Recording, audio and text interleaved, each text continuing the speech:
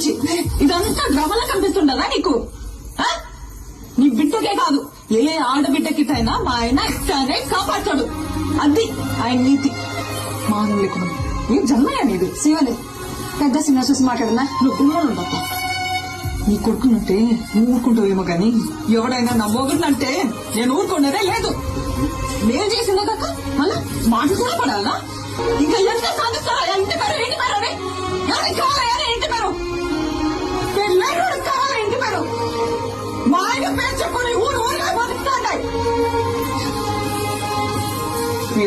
Pushpa manager, నువ్వు Pushpa friend, నువ్వు Pushpa driver, నువ్వు పుష్ప మనిషి. ఇదా ఎవరినైనా అడిగినా వాళ్ళ పేరు చెప్పుకో.